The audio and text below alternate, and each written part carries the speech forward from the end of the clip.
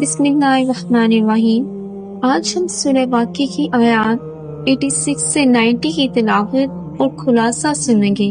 ان آیات میں اللہ تعالیٰ ایک نہایت اہم حقیقت بیان فرماتے ہیں۔ جب روح گلے تک پہنچ جاتی ہے اور انسان کے قریبی دیکھتے رہ جاتے ہیں، تب کوئی طاقت اسے روک یا واپس نہیں لا سکتی۔ اس کے بعد انسان کے انجام کا فیصلہ ہوتا ہے۔ اگر وہ اللہ کے مقرب بندوں میں سے ہو تو اس کے لیے خوشخبری، راحت اور جنت کی لازوال نعمتیں ہیں۔ آیت 86۔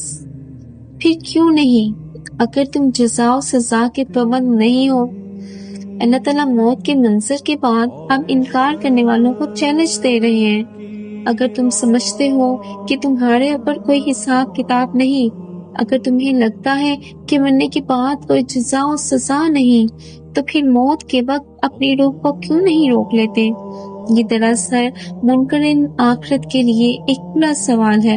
اگر تم آزاد ہو اور کسی کے پابند نہیں تو اپنی جان پر قابو کیوں نہیں رکھتے؟ لیکن حقیقت یہ ہے کہ موت کے وقت سب انسان بے بس ہو جاتے ہیں، اور یہی اس بات کا ثبوت ہے کہ تم اللہ کے حکم کے تابع ہو، اور قیامت کے دن حساب بھی ضرور دینا ہوگا۔ آیت 87۔ تو کیوں نہیں اس جان کو واپس لوٹا لاتے اگر تم سچے ہو؟ یہ آیت منکرین آخرت کے لیے زبردست چیلنج ہے۔ اگر تم سمجھتے ہو کہ موت کے بعد کوئی حساب کتاب نہیں، اگر تم دعویٰ کرتے ہو کہ تمہارے اختیار میں سب کچھ ہے، تو پھر اپنی جان نکلنے سے روک کر دکھاؤ نا۔ لیکن تم ایسا نہیں کر سکتے، کیونکہ جان اللہ کے حکم سے نکلتی ہے اور صرف وہی اسے واپس کر سکتا ہے۔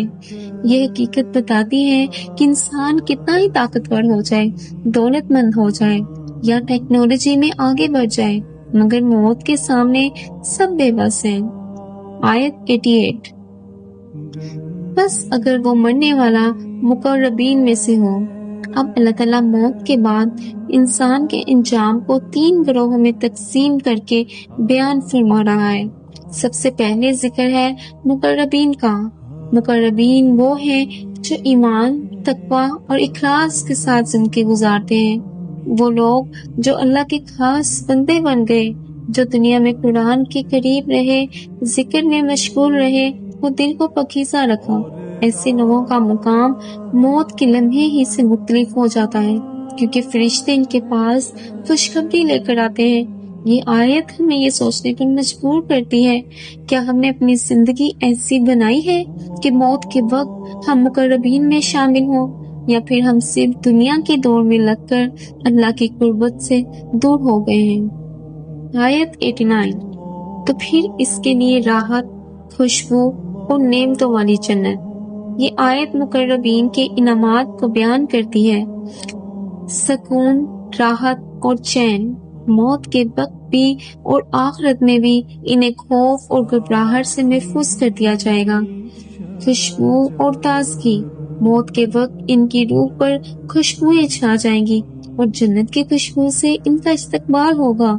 پھر ہمیشہ کے لیے انعامات والی جنت میں داخلہ، جہاں ہر نعمت کامل اور دائمی ہوگی۔ یہ تصویر دکھاتی ہے کہ مقربین کے لیے موت کسی سزا یا خوف کا دروازہ نہیں، بلکہ سکون، خوشبو اور دائمی نعمتوں کے باغ کا دروازہ ہے۔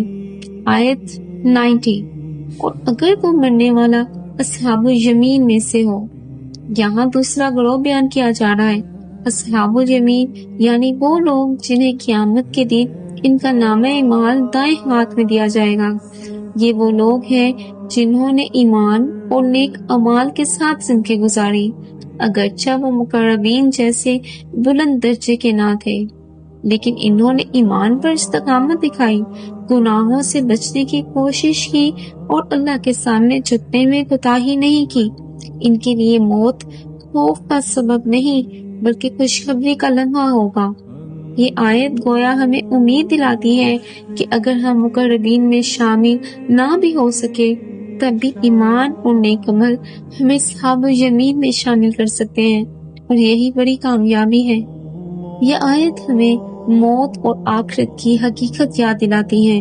دنیا کی طاقتیں اور سہولتیں موت کے وقت کچھ فائدہ نہیں دیتی، اصل کامیابی صرف ایمان، قرآن سے تعلق اور نیک اعمال میں ہے۔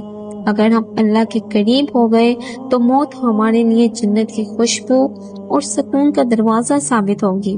اللہ تعالیٰ ہمیں اپنے مقرب بندوں میں شامل فرمائے، آمین۔